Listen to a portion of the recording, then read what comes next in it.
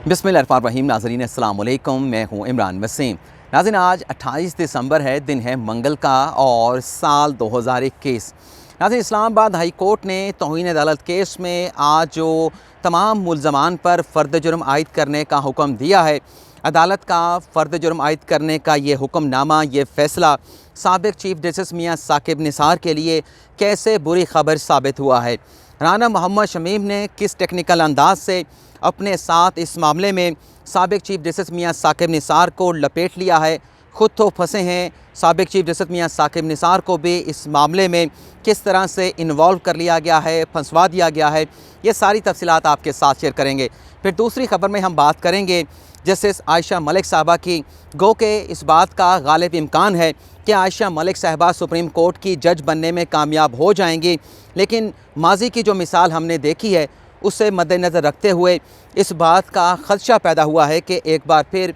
Justice Ayesha Malik के supreme court के जज बनने के मामले पर ख़तरात के बादल मंडलाने लगे हैं। तीसरी ख़बर में हम बात करेंगे इलेक्शन कमीशन में जो पीटीआई की ममनुआ फंडिंग का मामला है, इस पर कुछ हक़ाइक़ आप नाज़रीन के साथ शेयर करेंगे। तो पहली ख़बर से गुफ्तगू का आगाज़ करते हैं कि इस्लामाबाद हाई कोर्ट ने आज जो अंसार अब्बासी तौहीन अदालत केस की 1 घंटे की समाअत के बाद जो ये हुक्म सुनाया है कि तौहीन अदालत केस के जो चारों मुल्ज़मान हैं, जिसमें राना मोहम्मद शमीम साबिक़ चीफ जज गिलगित बल्तिस्तान हैं, राना मोहम्मद शमीम के साथ अंसार अब्बासी, मीर शकील रहमान और आमिर गौरी पर 7 जनवरी को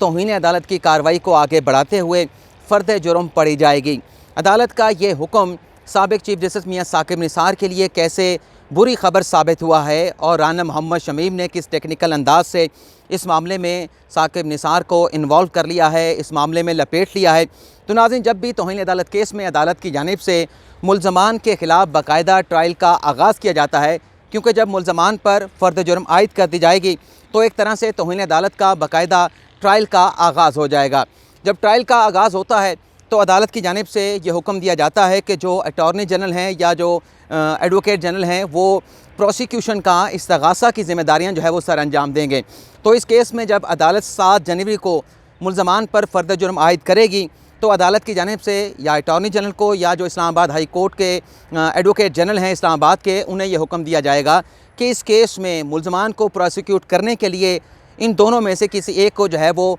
इस्तग़ासा प्रोसिक्यूटर जो है वो मुकर्रर किया जाता है। और जब प्रोसिक्यूशन की तैनाती होती है तो प्रोसिक्यूटर की ये ज़िम्मेदारी होती है कि तौहीन अदालत के केस को साबित करने के लिए वो कुछ जो दस्तावेज़ात होती हैं, जिन्हें शवाहिद कहा जाता है, वो अदालत के सामने पेश की जाती हैं और इसी तरह से कुछ गवाहों को भी जो है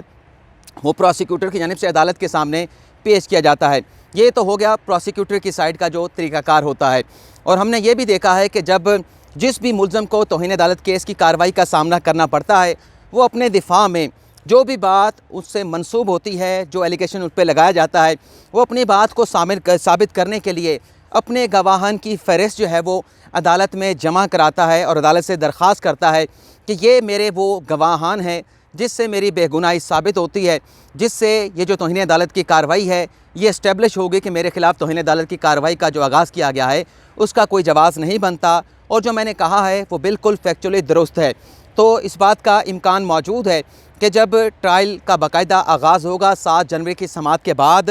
तो राना मोहम्मद शमीम के वकील लतीफ़ अफरीदी की जानिब से जो गवाहान की फ़हरिस्त अपने मौक्किल राना मोहम्मद शमीम को बेगुनाह साबित करने के लिए अदालत में जमा करवाई जाएगी, उसमें लाजमन साबिक़ चीफ जस्टिस मियाँ साकिब निसार का नाम शामिल होगा। और अदालत से राना मोहम्मद शमीम के वकील अदालत से ये दरख्वास्त करेंगे कि एक जानिब तो इस्तग़ासा के गवाहान है, इस्तग़ासा साबित करना चाहता है कि हमने तौहीन अदालत की है, लेकिन हम ये कह रहे हैं कि हमने तौहीन अदालत नहीं की और इस बात को साबित करने के लिए ये ज़रूरी है कि साबिक़ चीफ जस्टिस मियाँ साकिब निसार को यहाँ कटहरे में बुलाया जाए, उनकी गवाही रिकॉर्ड की जाए और उनके साथ अदालत में जरा की जाए। तो जब ये फ़हरिस्तें आ जाएंगी तो अदालत की मजबूरी बन जाएगी कि जो डिफेंडेंट दिफा की साइड है उसके जो भी गवाहान की फ़हरिस्त है, उन गवाहों को जो है वो अदालत में बुलाया जाए। आज भी समाअत के दौरान चीफ जस्टिस अतर मिनल्ला की जानिब से ये वाज़ेह अल्फाज में कहा गया कि ये मामला इस अदालत की साख का है, ये मामला इस अदालत की इंटीग्रिटी का है। साबिक़ चीफ जस्टिस मियाँ साकिब निसार के साथ किसी ने क्या करना है, जो भी करना है करता रहें, लेकिन अदालत जो है अपनी साख के ऊपर किसी किस्म का कंप्रोमाइज़ नहीं करेगी। तो फिर इस बात का आज की अदालती कार्रवाई के बाद इम्कान पैदा होता है कि जब इस केस का बाकायदा ट्रायल का आगाज़ होगा तो राना मोहम्मद शमीम के वकील जो हैं वो साबिक चीफ जस्टिस मियां साकिब निसार को बतौर गवाह जो है वो अदालत में बुलाना चाहेंगे। उनका नाम जो है वो गवाहन की फ़हरिस्त में शामिल किया जाएगा। इस बात को साबित करने के लिए आज जो लतीफ़ अफरीदी ने अदालती कार्रवाई के बाद बयान दिया है उसमें भी उन्होंने इस बात का इंदिया दिया है कि साबिक चीफ जस्टिस मियां साकिब निसार को इस केस में गवाह के हैसियत से बुलाया जा सकता है। लतीफ़ अफरीदी मीडिया के साथ गुफ्तगू करते हुए क्या कह रहे थे वो भी मैं आप नाज़रीन को पढ़ के सुना देता हूँ। लतीफ़ अफरीदी नाज़रीन ये कहते हैं कि राना शमीम ने अपने बयान हल्फी को माना है, उसके बैकग्राउंड में जाना सब बातें हैं, वो सच से क्यों इनकार करेंगे। यानी लतीफ़ अफरीदी कहते हैं कि राना मोहम्मद शमीम ने जो बयान हल्फी लिखा है उसके जो मंदरजात हैं वो सच पर मबनी हैं, वो हकीकत पर मबनी है और वो सच से क्यों इनकार करेंगे। आगे वो कहते हैं कि मैंने अदालत को कहा है कि इंक्वायरी की ज़रूरत है, आइंदा भी अदालत से कहूँगा कि इस मामले की इंक्वायरी कराई जाए। साकिब निसार की सफाई के हवाले से बात को नज़रअंदाज किया गया, गवाहान में बड़े बड़े नाम आ सकते हैं। तो इंदिया तो आज लतीफ़ अफरीदी ने दे दिया है कि इस केस में साबिक चीफ जस्टिस मियां साकिब निसार को भी उनकी साइड से, उनके मौक्किल की जानिब से बतौर गवाह जो है वो बुलाया जा सकता है। इसी मामले पर मैंने आज ट्वीट भी की है। बहुत सारे दोस्त वो ट्वीट पढ़ने के बाद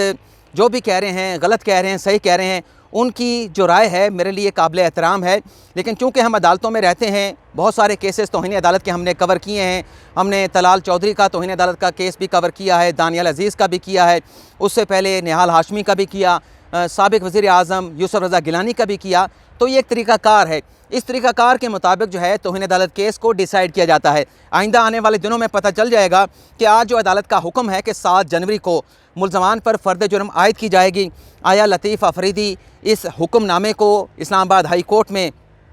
इंट्रा कोर्ट अपील के ज़रिए चैलेंज करते हैं। अगर चैलेंज करते हैं तो इससे ये ज़ाहिर हो जाएगा कि वो अदालती हुक्म से मुतमईन नहीं है। लेकिन अगर इस हुक्मनामे को चैलेंज नहीं किया गया तो बात साबित हो जाएगी कि लतीफ़ अफरीदी और उनके मौक्किल ये चाहते हैं कि ट्रायल को आगे बढ़ाया जाए, बाकायदा इंक्वायरी हो और उसमें साबिक चीफ जस्टिस मियां साकिब निसार को भी बतौर गवाह जो है वो तलब किया जाए। दूसरी जो खबर है, जस्टिस आयशा मलिक साहबा जिन्हें सुप्रीम कोर्ट का जज बनाने के लिए चीफ जस्टिस गुलजार अहमद की जानिब से उनका नाम जो है वो प्रपोज़ कर दिया गया है और 6 जनवरी को जुडिशल कमीशन का इजलास भी बुला लिया गया है। इससे पहले 9 सितंबर 2021 को जुडिशल कमीशन का इजलास हुआ था, लेकिन वकला के एहतजाज के बायस जो है जुडिशल कमीशन में जस्टिस आयशा मलिक साहबा का नाम ना मंजूर हो सका था और ना ही उनके नाम को मुस्तरद किया गया था। लेकिन वकला के दबाव की वजह से ये तकर्री जो है सुप्रीम कोर्ट में जस्टिस आयशा मलिक साहबा की सुप्रीम कोर्ट में ना हो सकी थी। लेकिन अब चूँकि दूसरी बार चीफ जस्टिस ऑफ पाकिस्तान ने जस्टिस आयशा मलिक साहबा का नाम प्रपोज़ किया है,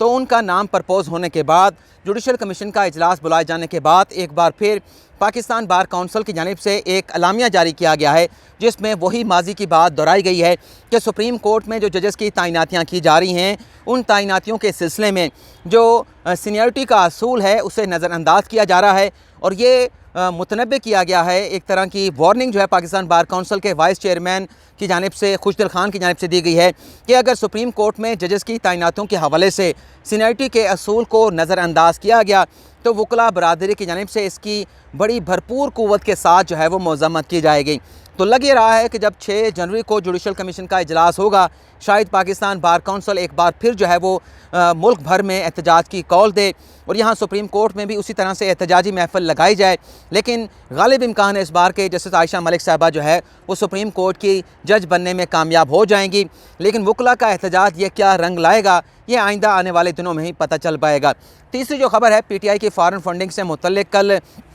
इलेक्शन कमीशन का एक बड़ा अहम इजलास हुआ। उस इजलास में स्क्रूटनी कमेटी की जो रिपोर्ट है PTI की ममनुआ फंडिंग से मुतल्लिक, उस रिपोर्ट का तीसरी बार जायज़ा लिया गया। इससे पहले 2 इजलास बुलाए गए थे, उन इजलासों में भी स्क्रूटनी कमेटी की ममनुआ फंडिंग से मुतल्लिक जो है रिपोर्ट का जायज़ा लिया गया। लेकिन कल के इजलास में इलेक्शन कमीशन ने जो बड़ा फ़ैसला किया है वो फ़ैसला ये था कि ये जो रिपोर्ट है स्क्रूटनी कमेटी की PTI की ममनुआ फंडिंग से मुतल्लिक, इसे इलेक्शन कमीशन की अदालत में समाअत के लिए लगाया जाए। और कल की इस इजलास के बाद इलेक्शन कमीशन ने ये जो फ़ैसला किया है कि 4 जनवरी को इलेक्शन कमीशन में इस केस की बाकायदा समाअत होगी और ये कमीशन की जो रिपोर्ट है, स्क्रूटनी कमेटी की जो रिपोर्ट है, इसे अदालत में जो तमाम फ्री कैन हैं उन्हें पेश किया जाएगा। इनकी नकूल उनके हवाले की जाएगी। और इस फैसले के बाद इलेक्शन कमीशन ने 4 जनवरी की समाअत के लिए तमाम जो मुतलका फ़रीक़ैन हैं, जिसमें पाकिस्तान तहरीक इंसाफ के साबिक़ रहनुमा अकबर एस बाबर हैं, उन्हें नोटिस जारी कर दिया गया है।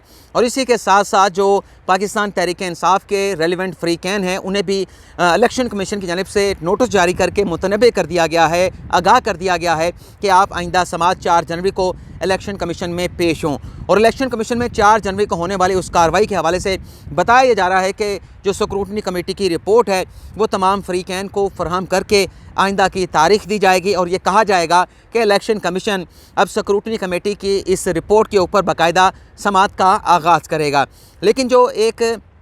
हकीकत है जिससे मुतल्लिक़ बहुत सारे ज़राए की जानिब से और PTI के अपने ज़राए की जानिब से इस बात का इंदिया दिया गया है, इस बात का ख़दशे का इज़हार किया गया है कि इलेक्शन कमीशन में तो शायद ये ममनुआ फ़ंडिंग का केस जो है वो चलता रहेगा, काफ़ी ज़्यादा समातें होंगी। लेकिन PTI को जो अंदर से जो ख़तरा है, जो ख़दशा है, जिसका इज़हार PTI के एक बड़े सीनियर रहनुमा की जानिब से, PTI के अंदर के एक बंदे की जानिब से किया गया कि लग ये रहा है कि जब ये इलेक्शन कमीशन में केस चलेगा तो किसी भी शहरी की जानिब से, किसी सियासी जमात के प्रॉक्सी की जानिब से इलेक्शन कमीशन की इस रिपोर्ट को जवाज़ बनाकर वज़ीर-ए-आज़म इमरान खान की नाअहली के लिए या तो किसी हाई कोर्ट में, इस्लामाबाद हाई कोर्ट में या सुप्रीम कोर्ट से रजू किया जाएगा। और इसमें जो असल ख़बर है वो ये भी है, क्योंकि अभी तक तो उस रिपोर्ट के जो हक़ाइक़ हैं, जो मंदरजात हैं, सामने नहीं आए, लेकिन ये एक तरह से बताया जा रहा है, जो इतलात सामने आ रही हैं कि कुछ फ़ंडिंग ऐसी हुई है जो ममनुआ फ़ंडिंग में आती है, जो गैर कानूनी फ़ंडिंग में आती है। और अगर ये बात सच है, मैं अगर का लफ्ज़ इस्तेमाल कर रहा हूँ, वैसे मैंने बहुत बार नोट किया है कि दोस्त सुनते हुए